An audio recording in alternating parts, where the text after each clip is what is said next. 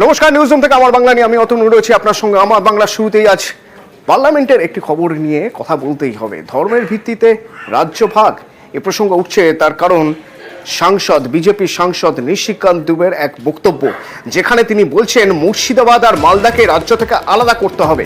তিনি দাবি করছেন বিহারের 3 জেলার সঙ্গে মুর্শিদাবাদ আর মালদাকে জুড়ে ইউনিয়ন টেরিটরি বা কেন্দ্রশাসিত অঞ্চল করতে হবে। কেন না, তার দাবি হিন্দুদের সংকট দূর করতেই এটা করা প্রয়োজন। ঝাড়খণ্ডের গোড্ডার বিজেপি সাংসদ নিশিকান্ত দুবের বক্তব্য শুনুন। बंगाल से वहां के लोग मालदा और मुर्शिदाबाद से आकर हमारे लोगों को भगा रहे हैं और हिंदुओं का गांव खाली हो रहा है। स्पीकर महोदय, आग्रह है, किशनगंज, अररिया, कटिहार, मालदा, मुर्शिदाबाद और पूरा संकल्पना है इसको यूनियन टेरिटरी बनाइए, नहीं तो हिंदू खाली हो जाएंगे। एनआरसी लागू करिए। जो ये लॉ कमीशन की रिपोर्ट है 235 2010 की, उसको लागू करिए कि धर्मांतरण और शादी के लिए परमिशन जरूरी है। আমরা যদি একবার ম্যাপের মাধ্যমে দেখে নেওয়ার চেষ্টা করি যে কোন জায়গার কথা বলছেন নিশিকান্ত দুবে, চট করে একবার দেখিয়ে দিই আপনাদের। এই হলো আমাদের মালদা, মুর্শিদাবাদ, আর তার সঙ্গে বিহারের কাটিহার, আরারিয়া, কিশনগঞ্জ। এই 5টি জেলা নিয়ে একটি কেন্দ্রশাসিত অঞ্চলের দাবি তুলছেন নিশিকান্ত দুবে। কিন্তু কেন এই দাবি তুলছেন? আমার সঙ্গে রয়েছেন মৈত্রী, আমার প্রতিনিধি। সরাসরি আমি মৈত্রীর সঙ্গে কথা বলবো। মৈত্রী, নিশিকান্ত দুবের এই দাবির কারণ কি?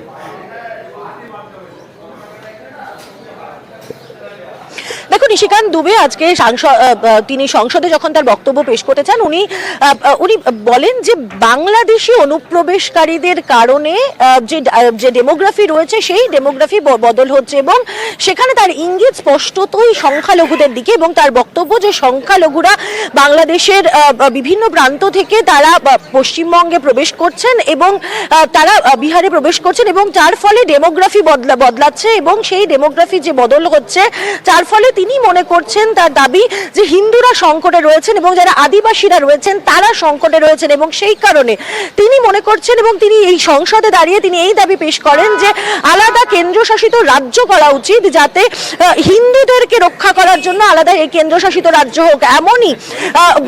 এমনই দাবি তোলেন তিনি, এবং তিনি বলছেন যে হিন্দুদের রক্ষা করা সম্ভব হবে কখন, যখন এই 3 জেলাকে একসঙ্গে করে দেওয়া হবে। অর্থাৎ বাংলার তার মধ্যে 2টি জেলা রয়েছে, মালদা এবং মুর্শিদাবাদ।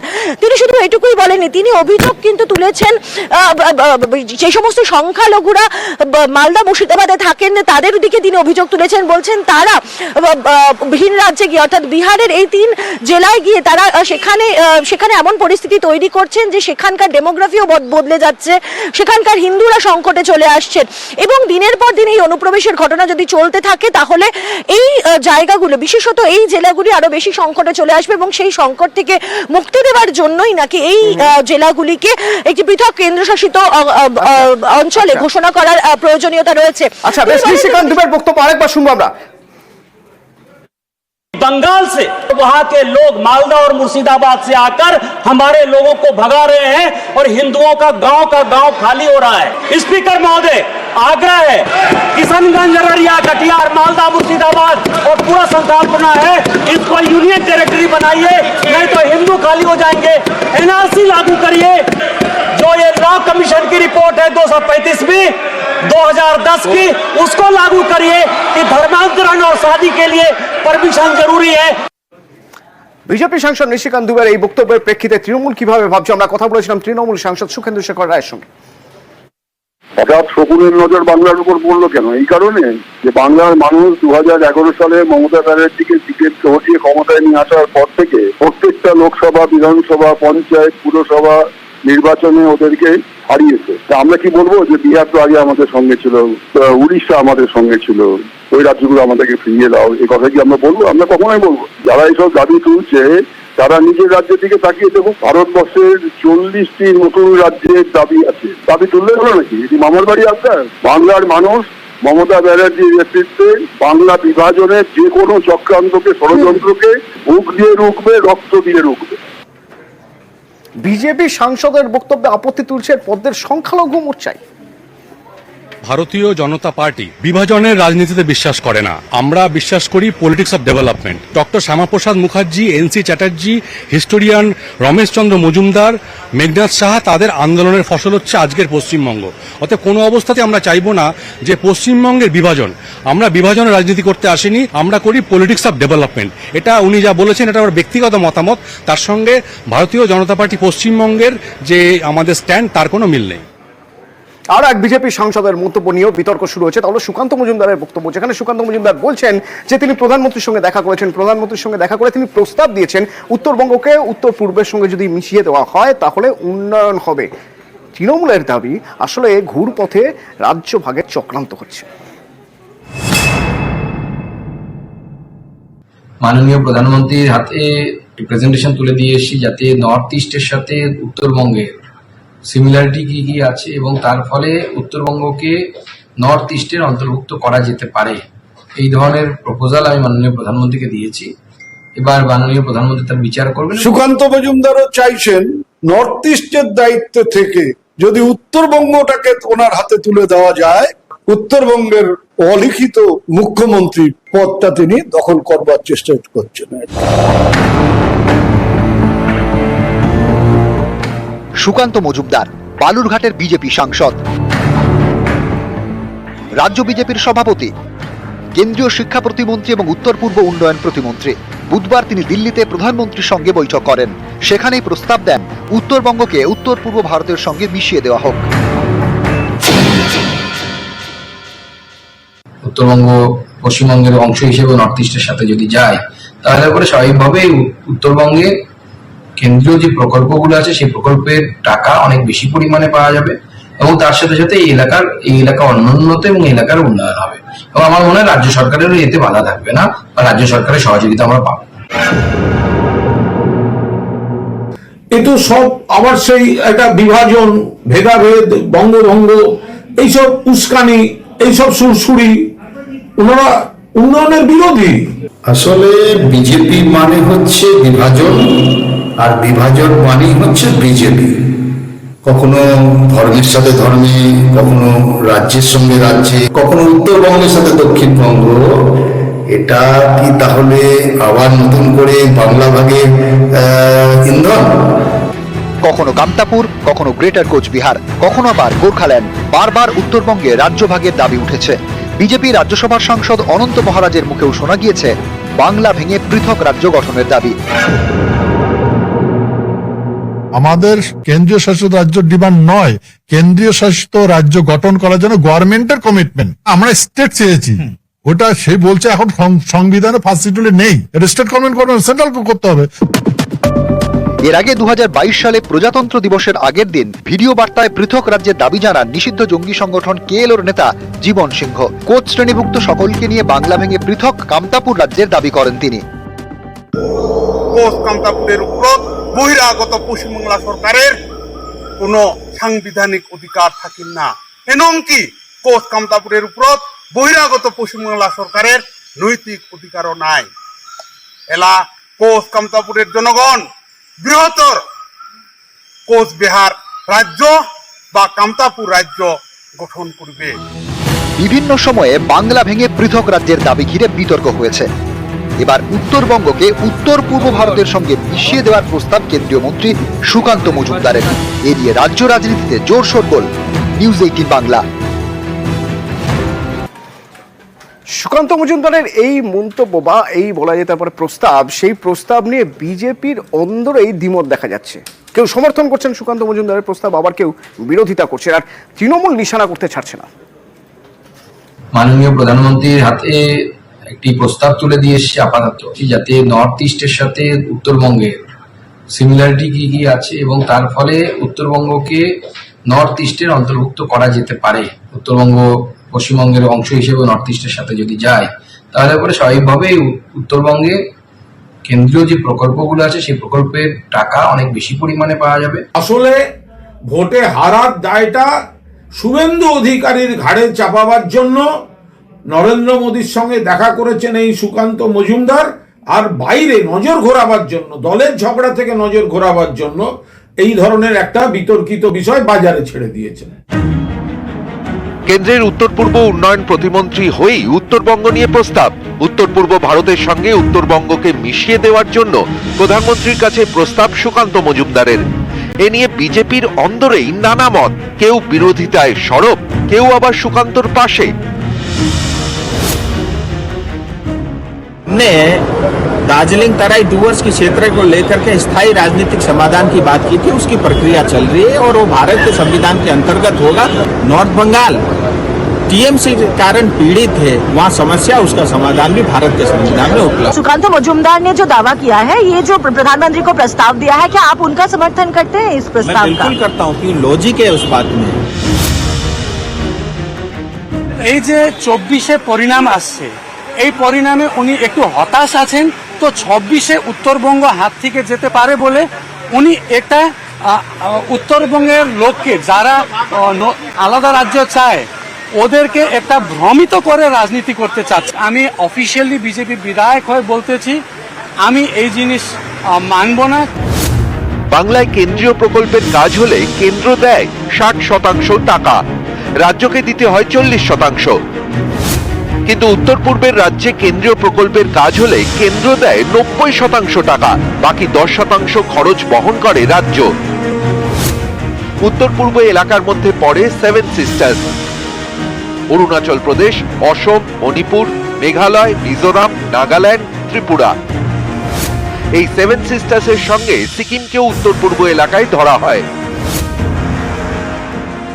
উত্তর পূর্ব ভারতকে কেন্দ্রের সরকার একটি স্পেশাল প্যাকেজ দিয়ে থাকেন তার কতগুলো প্যারামিটার্সের জন্য, জল, জঙ্গল, নদী, পার্বত্য এলাকা, পর্যটন। আমরা চাইছি যে উত্তর পূর্ব ভারতের যে প্যারামিটার্সে বিশেষ প্যাকেজ দেওয়া হয়, পশ্চিমবঙ্গের অভ্যন্তরেই উত্তরবঙ্গকে রেখে সেই প্যাকেজগুলো যদি আমাদেরকে উত্তরবঙ্গের মানুষকে দেওয়া হয়, তাহলে উত্তরবঙ্গের সার্বিক উন্নয়ন সম্ভব।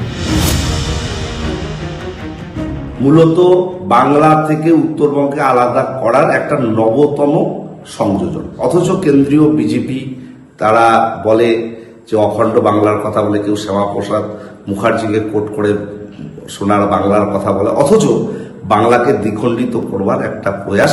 বিজেপির মুখ আর মুখোশ পরিষ্কার হয়ে যাচ্ছে বাংলা নিয়ে। কেন্দ্রীয় প্রতিমন্ত্রীর উত্তরবঙ্গ প্রস্তাব নিয়ে রাজ্য রাজনীতিতে জোর শোরগোল। সুযোগ পেয়ে গ্রেটার কোচবিহারের দাবিতে সরব হয়েছেন বিজেপির রাজ্যসভার সাংসদ অনন্ত মহারাজ। গ্রেটার কুচবিহার মানুষের ডিমান্ড 2015 সনে যে কমিটমেন্ট আছে ভারত সরকার গৃহ মন্ত্রণালয়ের হাই প্রোফাইল মিটিংয়ে যেটা কমিটমেন্ট হয়েছে, এবার অতি শীঘ্র করতে হবে গভর্নমেন্ট। কুচবিহার কখনো পশ্চিমবঙ্গের সঙ্গে যুক্ত নয়, আজ পর্যন্ত নয়। গভর্নমেন্টে ক্লিয়ার বলেছে গ্রেটার কুচবিহার রাজ্য পুনর্গঠনে তার কোনো আপত্তি নেই বলে পশ্চিমবঙ্গ সরকার বলেছে। দ্রুত চাচ্ছি, দ্রুত কুচবিহার রাজ্য, গ্রেটার কুচবিহার রাজ্য পুনর্গঠন হওয়া দরকার। এটা নিছক রাজনীতি করার জন্য অনন্ত মহারাজ করছেন। আমরা মনে করি পশ্চিমবঙ্গ সরকারের আওতায় উত্তরবঙ্গে ব্যাপক পরিমাণে উন্নতি হয়েছে এবং আগামী দিনে আরও উন্নত। উত্তরবঙ্গে বারবার উঠেছে পৃথক রাজ্যের দাবি। কেএলওর মতো নিষিদ্ধ জঙ্গি সংগঠনও সুর চড়িয়েছে। এসব নিয়ে বিস্তর জলঘোলা হয়েছে। এবার সুকান্ত মজুমদারের উত্তরবঙ্গকে উত্তর পূর্বের সঙ্গে মিশিয়ে দেওয়ার প্রস্তাব, সেটাও প্রধানমন্ত্রীর কাছে। এ নিয়ে জোর বিতর্ক। এদিকে 2026 সালে বাংলায় বিধানসভা ভোট। অনেকের ধারণা এই বিষয়টি আগামী বিধানসভা ভোটেও ইস্যু হয়ে উঠতে পারে। নিউজ 18 বাংলা। যাদবপুরে এক পড়ুয়ার অসুস্থ হওয়া নিয়ে রহস্য ঘনীভূত হয়েছে। বলা হচ্ছে ল্যাপটপ চুরি গিয়েছে এবং সেই ল্যাপটপ চুরির অভিযোগে নাকি পড়ুয়াকে মারধর করা হয়েছে, এরকমই অভিযোগ উঠছে। অন্যান্য পড়ুয়া নাকি ওই পড়ুয়াকে, হোস্টেলের ছাত্রকে মারধর করেছে। বেসরকারি হাসপাতালে ভর্তি অসুস্থ পড়ুয়া। আর রেজিস্ট্রার দাবি করছেন প্যানিক অ্যাটাক হয়েছে ওই পড়ুয়ার। নিয়ে যাচ্ছেন তারা এটা লিখিত দিয়ে যান যে সম্পূর্ণ দায়িত্ব আমরা নিয়ে যাচ্ছি, এ যদি বাইরে গিয়ে কিছু করে সেটা আমাদের হোস্টেলের দায়িত্ব নয়। আমি ইউনিভার্সিটির ডক্টর, আমার রেজিস্ট্রেশন নাম্বার আছে এবং এটা আমার দায়িত্ব প্রত্যেকটা স্টুডেন্টের জন্য। তোমার কিছু হলে তার জন্য আমার দায়িত্ব, এর জন্য আমাকে লিখতে হয় না। আমি যেটা আমি বুঝতে পারলাম যে হ্যাঁ আপনি এরকম মনে হচ্ছে, যেহেতু আপনি ডক্টর, পেশেন্টের জন্য মনে হতেই পারে, কিন্তু আমাদেরও তো একটা ভয় রয়েছে মনের মধ্যে না? পুরোনো একটা তোমাদের ভয় ছেলেটি পালিয়ে যাবে না এবং আমিও পালিয়ে যাব না, আপনারা যারা আছেন, আমাদেরকে ভিডিওটা করে নাই, আপনারা যারা এখানে আছেন তারা তো নিশ্চয়ই কোনো নির্দিষ্টভাবে আছেন, তো তারা একটা লিখিত দিন যে আমরা এই 3 জন একে নিয়ে গেলাম। লিখিত দেওয়ার কাজ আমার নয়, আমি ডাক্তার, তুমি দরকার না হলে ম্যাম আমরা কি করে কালকে আমাদের ভয় লাগছে, বুঝুন না, ছেলে তোমাদের নয়, ওর মালিক হয় ওর বাবা আর ইউনিভার্সিটি বিসি স্যার। আমরা কিছু হয় না, আমরা আপনাকে ইউনিভার্সিটি প্রথম কথা হচ্ছে 2 ঘন্টার মধ্যে এটা জানতে পারলো কি করে যে কোনো রকম র্যাগিং হয়নি। আমরা জানতে চাই যে কোন ইনভেস্টিগেশনটা হয়েছে যেখান থেকে ইউনিভার্সিটি এই কনক্লুশনে আসছে যে কোনো র্যাগিংটা হয়নি। একটা তো তার প্রপার ইনভেস্টিগেশন লাগবে, তার মানে কোন বেসিসে এটা বলছে যে র্যাগিংটা হয়নি। কিন্তু আমরা যারা ক্যাম্পাসে পড়ি, আমরা যারা এই মুখগুলোকে চিনি, তারা জানি যে এরা একসাথে যুক্ত পুরো ব্যাপারটার মধ্যে। তারা অংশুমানেরই ক্লোজ। এটা কোনো সংগঠনের? এরা আগের বছরের ঘটনাটা যখন ঘটিয়েছিল কালেকটিভ বলে একটি সংগঠন, এরা সবাই মোটামুটি তাদের সাথেই যুক্ত। এবং আজকেও যারা আমাদের ওপরে চড়াও হয়, যারা মারে, তারাও ডিরেক্টলি কালেকটিভের সাথেই যুক্ত এবং তারা সেখান থেকেই এই মব মেন্টালিটিটা পাচ্ছে। আমরা কিন্তু এটা একবারও বলিনি যে মেন হস্টেলে সবাই রাগার। আমরা বলছি মেন হস্টেলে আমাদের প্রচুর বন্ধুরা আছে, তাদের সাথে আমাদের প্রচণ্ডই ভালো সম্পর্ক, কিন্তু মেন হস্টেলে এই গুটি কয়েক কিছু মানুষ রয়েছে, একটা পার্টিকুলার গ্রুপ রয়েছে যারা আগের বছর এই জিনিসটা ঘটিয়েছে, তারা এখনো এই জিনিসটা ঘটিয়ে চলেছে। তো যেহেতু একটু প্যানিক অ্যাটাক হয়েছিল, ভয় পেয়ে গেছিল এবং আমাদের মেডিকেল অফিসার এসেছিলেন এবং যেহেতু আমাদের কেপিসির সঙ্গে টাই আপ করা আছে, সেই কারণে আমরা তার নিরাপত্তা এবং তার শরীরের স্বাস্থ্যের কথা ভেবে তাকে ভর্তি করেছিলাম। আর নিজেরও ল্যাপটপ, একটা চুরি ঠিক না ওদের মিসপ্লেসড হয়েছিল, পরবর্তীকালে ওরা সবই ল্যাপটপ এবং মোবাইল পেয়েও গেছে। এই নিয়ে তাদের মধ্যে একটু বিভ্রান্তি ছড়িয়েছিল বলে ছেলেটি ভয় পেয়েছিল। ছেলেটি কিন্তু কোনো রকম অভিযোগ করেনি, আজকেও কিন্তু পুলিশও ওকে তাকে জেরা করেছেন, সে কিন্তু কোনো রকম অভিযোগ করেনি। যেখানে বাঘের ভয় সেখানেই বোধহয় সন্ধ্যা হয়। জলপাইগুড়ির খবরই দেখুন না কেন, ডাকাতি করতে গিয়েছিল ডাকাত দল, আর সেই সময় প্রচন্ড বৃষ্টির মধ্যে নাকা চেকিংয়ে বেরিয়েছে পুলিশ যখন গাড়ি তল্লাশি করতে শুরু করলো তখনই বাঁধলো বিপদ। পুলিশ যখন তল্লাশি করতে শুরু করলো তখন সদুত্তর দিতে পারছেন না গাড়িতে যারা রয়েছেন। 3 রাউন্ড গুলি চালালো দুষ্কৃতীরা, অল্পের জন্য পুলিশ কর্মীরা প্রাণে বাঁচলেন। আসলে তারা সে সময় গিয়েছিল ডাকাতি করতে। সোনা ব্যবসায়ী সুরেন্দ্র সার বাড়িতে টার্গেট করে 5-6 জনের একটা ডাকাত দল ব্যবসায়ীর বাড়িতে হানা দিয়েছিল, তালা ভেঙে ভিতরে ঢোকার চেষ্টা করে। আর এই সময় কোতোয়ালি থানার পুলিশ ছিল টহলে, তো টহল দিতে দিতে যখন গাড়িটা পায় এবং গাড়িতে তল্লাশি করতে গিয়ে যখন খোঁজ খবর নিতে যায় কার গাড়ি কি ব্যাপার, তখনই ডাকাতের দল পুলিশকে গুলি চালায়। জলপাইগুড়ির দিনবাজারের ঘটনা। বড় উদ্যোগ আছে, দেখেন একটা বাজারের মধ্যে এই ঘটনাটা ঘটেছে, খুব আমাদের চিন্তিত ব্যাপার। এখন এটা নিয়ে তুরন্ত আমাদের অ্যাকশন হয়ে গেলে জিনিসটা, তাহলে আমাদের একটু সেফসাইড হই, তাহলে একখানে তো ব্যবসা করা খুব টাফ হয়ে যাবে বা অবস্থা দিচ্ছে। কিছু দুষ্কৃতিকারী ডাকাত রাতের বেলা তারা এসেছিল এবং পুলিশ তাদেরকে ধাওয়া করে। পুলিশ সিসিটিভি ফুটেজ গুলো দেখছে, বড় একটা ডাকাত দল নিশ্চয়ই ছিল, নাহলে এরকম একটা ঘটনা শুধু একটা দোকান নয়, 2-3টে দোকানের শাটারে তালা ভেঙেছে, সামনে ওয়াল ভেঙেছে। নজরদারি আরো বেশি করে করা দরকার। কত বড় ঘটনা আছে, একটা পুলিশের গুলি চালিয়ে 3 রাউন্ড নামে গুলি চালিয়েছে ওরা। ডাকাতি উদ্দেশ্যে ছিল আমাদের এখানে। আমরা ব্যবসাটা খুব উদ্বেগজনক, আমরা ইমিডিয়েটলি এটার প্রতিকার চাই। যদি কোনো প্রতিকার না, আমরা ব্যবসা বন্ধ রাখবো। যেখানে নাকি রাত্রিবেলা গুলির চলছে, মেডিকেল স্টোর আছে একটা, রেলিং ভাঙা, ওদিকে বাড়িতে লেবাররা ঘুমাইতো, ওদেরকে পুলিশ উঠায় নিয়ে গেছে। এখানে যদি গুলাগুলি এরকম চলে তাহলে মানে নিশ্চয়ই কোনো একটা ক্রাইম জাতীয় ঘটনা হওয়ার সম্ভাবনা ছিল।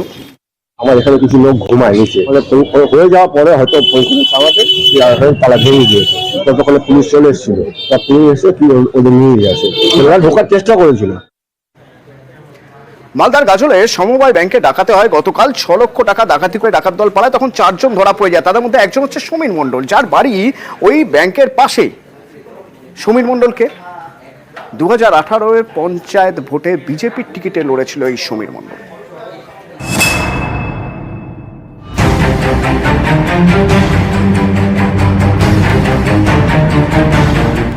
মালদার গাজল বুধবার এখানকার কৃষ্ণপুর সমবায় ব্যাংকে ডাকাতি হয়। কয়েক ঘন্টার মধ্যেই ধরা পড়ে 4 জন।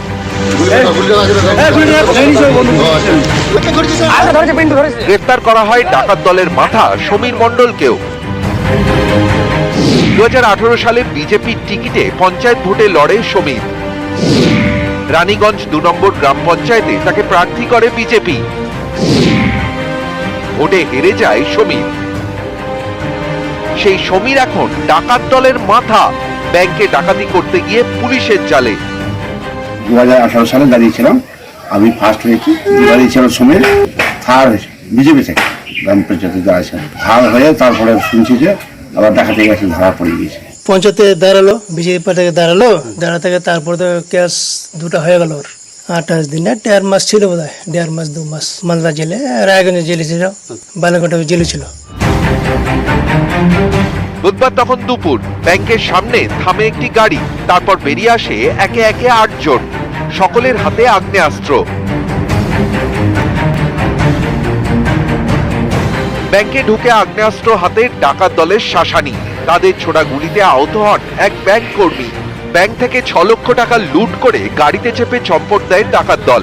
পুলিশের চোখে ধুলো দিতে তারা 2 জোড়া পোশাক ব্যবহার করে। ঢোকার সময় একরকম পোশাক, পালানোর সময় আরেক রকম। প্রাথমিক আমরা দুর্গাটা হিসেব করেছি 5 লাখ বেরোনো করে। একজনের গুলি লেগেছে, মালদা মেডিকেল কলেজে ভর্তি আছে, আমরা ছিলাম সেখানে, ডক্টররা দেখছে আপাতত স্টেবল আছে। সমবায় ব্যাংকে ডাকাতির খবর পেয়ে কৃষ্ণপুরে পৌঁছয় পুলিশ। ডাকাত দলের গাড়ি ধাওয়া করে, শুরু হয় গুলির লড়াই, গাড়ি ছেড়ে পালানোর চেষ্টা করে ডাকাতরা। সমীর মণ্ডল এবং মইদুল ইসলাম, এই 2 ডাকাত গুলিবিদ্ধ হয়ে পড়ে যায়। তাদের পাশাপাশি আরো 2 জনকে ধরে পুলিশ। ধৃত মইদুল জানায়, সমীর মণ্ডলের বাড়ির পাশেই সমবায় ব্যাংক, সেই ব্যাংকে ডাকাতির ছক কষে। আমি করিনি স্যার, আমাদের এলাকায় লেগেছিল না, ওই যে সমীর মন্ডল আছে এই প্রোগ্রাম করেছিল। ওর বাড়ি ব্যাংকের বাড়ির সামনেই, আরেকজন ওর সঙ্গে ছিল, আর আমরা 4-6 জন ছিল। আমাদের ইচ্ছা ছিল না, বারবার ডাকে শালা আমাদেরকে ফাঁসিয়ে দিল। ডাকাতির কথা ভাবলা কেন? এই জন্য 8 জন ছিল, অস্ত্র আমরা নিয়ে আসছিলাম, ওরা নিয়ে আসছিল। তোমরা গুলি চালিয়েছিলে? আচ্ছা, তোমার কোথায় গুলি লেগেছে? কোমরে। এই ডাকাতি যে করবে কবে থেকে পরিকল্পনা করলে? হঠাৎ করে। টাকার কাছে আমরা ছিলাম না, কেউ, আমি গেটে ছিলাম। তো 4 জন টোটাল এখন ডিটেইনড আছে, আর বাকি যে গ্যাংস ডিটেলস আছে ওটা আমরা পেয়েছি, তো ওটা আমরা রেড করছি, আর কিছু বম্বস পেয়েছি, আর আমরা আর্মস রিকভার করেছি। পুরনো রেকর্ড আছে স্যার, যারা ডিটেইন হয়েছে তাদের পুরনো রেকর্ড আছে, ক্রিমিনাল রেকর্ড। এর জন্য আমরা জানি। বলছি চাঁচলের ডাকাতির সাথে কি এই গ্যাংয়ের কোনো সম্পর্ক আছে? চাঁচলের ডাকাতি এটা এখন আমি বলতে পারবো না, কিন্তু আমরা যেটা ইন্টারোগেট করবো করে আর বাকি লোক অ্যারেস্ট হবে, তখন আমরা খুব ভালো করে তখন বলতে পারবো। বুধবার ডাকাতির ঘটনায় বেশ কিছু সকেট বোমা উদ্ধার করে পুলিশ। বৃহস্পতিবার সেগুলি নিষ্ক্রিয় করা হয়। ভিড়, জ্বর নিয়ে অনেকে ভর্তি, তাদের থাকতে হচ্ছে মশারির মধ্যে। অভিযোগ, হাসপাতাল চত্বর থেকে জঞ্জাল সাফাইয়ের নামই নেই। আমরা পরিষ্কার পরিচ্ছন্ন চেয়ে যে বারবার বলি, অসন্তুষ্ট হন, ম্যানেজমেন্টকে বলি, হসপিটাল কর্তৃপক্ষকে বলি, ডিওমএইচকে বলি, ভিডিওকে বলি, কিন্তু আমাদের বিষয়ে কোনো কর্ণপাত করা হয়। ওখানে যে জল জমার একটা ব্যাপার, এটা বিগত বর্ষাতেও এই প্রবলেমটা হয়েছিল। কারণ ওখানে জল জমছে, লো ল্যান্ড নিশ্চয়ই, সেই কারণে জল জমছে। যেহেতু লো ল্যান্ড, সেটাকে আর্থ ফিলিং করে আমার পক্ষে তো সম্ভব না সেটাকে হাইল্যান্ড করা। আর নোংরা আবর্জনার ব্যাপার যেটা আছে, ওটা ডিওমএইচ সাহেব আমাদের সঙ্গে যখন যোগাযোগ করেন, আমরা চেষ্টা করি করে দেওয়া।